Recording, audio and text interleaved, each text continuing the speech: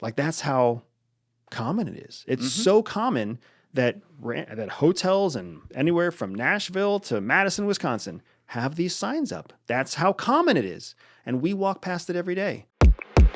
Do you like I hear what you're saying about and it's certainly human to about the kids and that in particularly getting to. The one thing I keep thinking about though is, and I don't know if this was just pure compartmentalization. I'm not putting you on the spot, but I remember when we were recording the first Fed Fest with you, Jim, and Danny in 2022. I think that was Danny Jones number 166. We were getting into a conversation maybe like 2 hours and 45 minutes in that one, 2 hours, 50 minutes in that one, where we were talking about blackmail in first world versus third world countries. And you and Jim, obviously Jim has his whole background with seeing a lot of crazy around the world too. We're both talking about like sharing an example of like going to the bathroom in, you know, a Southeastern Asian country and there's a fucking 12-year-old girl sitting there that, you know, is some sort of sex slave or something. And you just got to act like it's cool. And I remember like the thing that was affecting me about the two of you saying that is obviously the two of you thought that was fucking crazy and wrong, but you're like, yeah, that's just how it is. And that's how the world is, right? There's I'm trying to think if there's any place in the United States like this. If there is, I haven't been there yet. When you travel the world, you see the subjection of all sorts of different, I mean, minorities for lack of a better word, but it's not ethnic minorities. Kids are forced to beg, and they're forced to beg so they can collect their begging earnings and bring it back to essentially a pimp, who they then pay a portion of their begging earnings to, in exchange for that pimp not beating them, not abusing them, not beating their mother, who's in the back nursing the next baby beggar that's going to be coming up, right? That's just the way it is. You can't change that. You can't fix that. So why spend any calories worrying about that? It's just like the ladyboys. The ladyboys that are sitting around partially post-op, they didn't raise their fucking hand to do that. They were raised, they were found, they were trafficked, they were abused, and that's what they do now. That's not what they chose to do. Nobody chooses that lifestyle to live in some terrible cesspool back alley in some terrible cesspool Southeast Asian countries that isn't even what your nationality is, right? Like you're from Indonesia and you're in Vietnam. That's not what they chose, right? But trafficking, human trafficking around the world is so commonplace that we don't even comprehend it as Americans.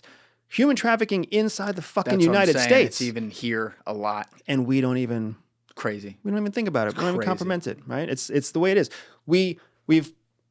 I don't laugh. I love and saddened every time I go through an airport or I go through a hotel and I visit the restroom and you see the human trafficking posters that are on the door, right? Are you a victim of human trafficking? Translated usually into at least 2, sometimes 4 different languages.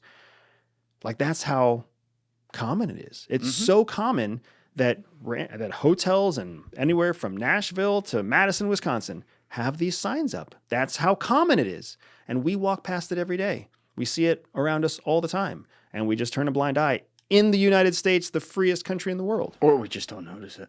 Most people just don't notice it. I'm sure you notice it. Yeah. You pick up on it. That's part of what I call a blind eye, right? There's willfully blind and then there's like unwittingly blind.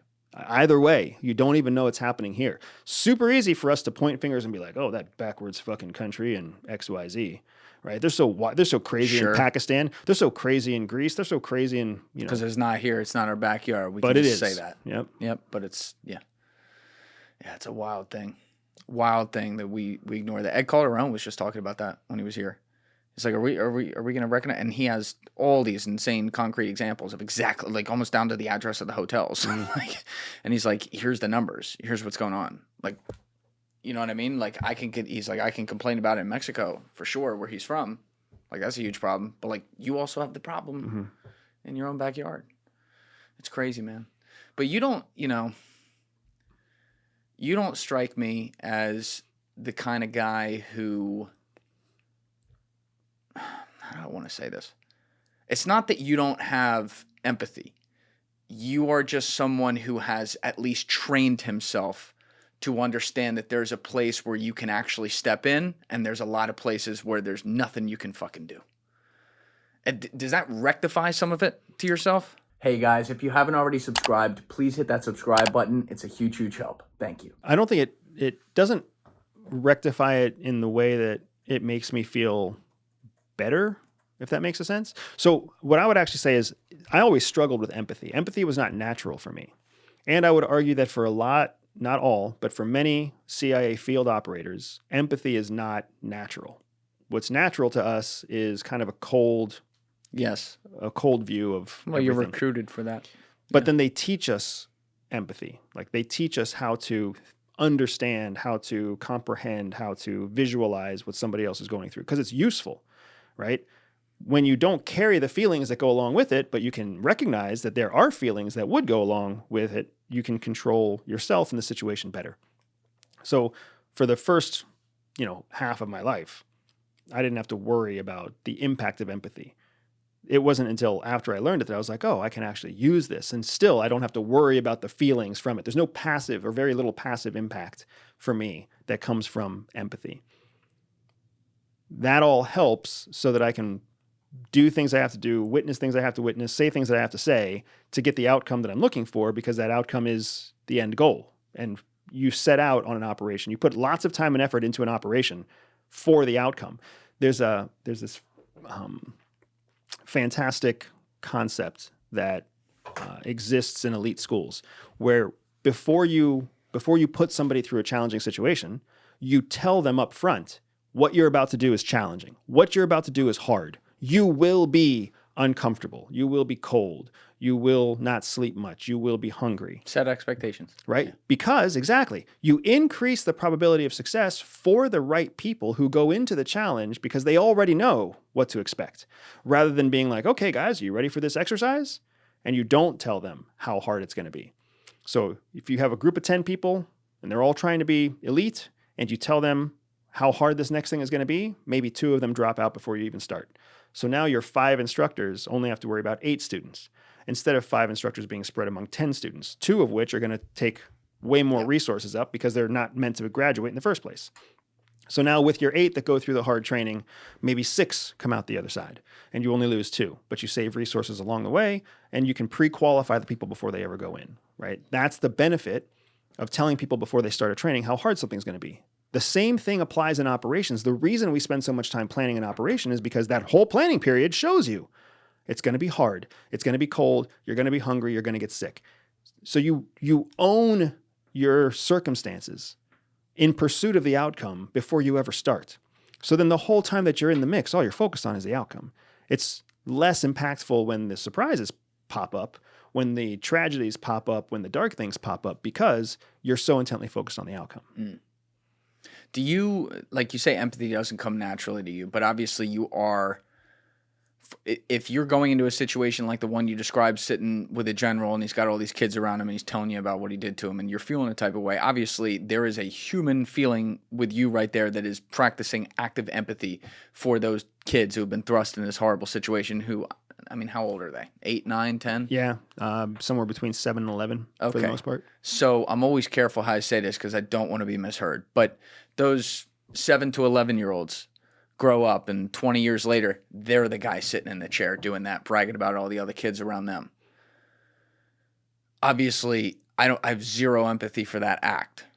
But what I try to think about for the betterment of like the future of the world, picking off statistically, trying to get things a little better over time is like when I come across characters like that, obviously for me, usually not personally, but I try to understand what got them there. So if I can understand what got them there and there's people who can actually do something about that, the idea is not necessarily to save them from, the evil fucking sadistic sick fuck they are now, but like how can we help prevent having 6 kids around them? And it sucks to even say it this way, but next time it's 4. And eventually you get it down to 0 a few generations from now. You see what I'm saying? Like, do you ever think about what got the person to where they are and have empathy for that without having empathy for them and the actions they take? This is not going to be a popular answer, They all just need to die. That's how you break the cycle. You've got this fucked up guy who was, just like you said, once a fucked up kid next to a fucked up guy. But the other 15 kids, the reason he's the one in the chair now isn't because he was the most ruthless, isn't because he was the most diabolical, is because the other 14 died because they're child fucking soldiers. They're not trained, they're not equipped, they're not fed, they don't have the energy. They go to war and they get killed.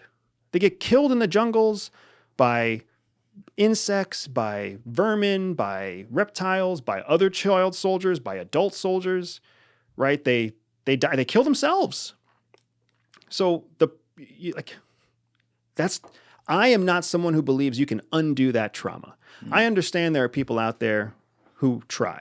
And I understand there are phenomenal organizations out there who are saving victims of sex trafficking and bringing them into halfway houses and trying to save them and educate them and help them work through their trauma. And that shit is hard. I have not witnessed a success story where the person ever becomes anywhere close to normal after being rescued from that situation. I have heard more stories of people being rescued from that situation only to return to the situation or kill themselves or hurt themselves or have to go on to long-term medication to basically subdue all of the thoughts from that. Thank you guys for checking out this clip. If you haven't already subscribed, please subscribe and hit the like button on this video. It is a huge, huge help. And if you'd like to check out this clip's full podcast episode, that link is in the description below or right here. And finally, you can follow me on Instagram and X by using the links in my description below.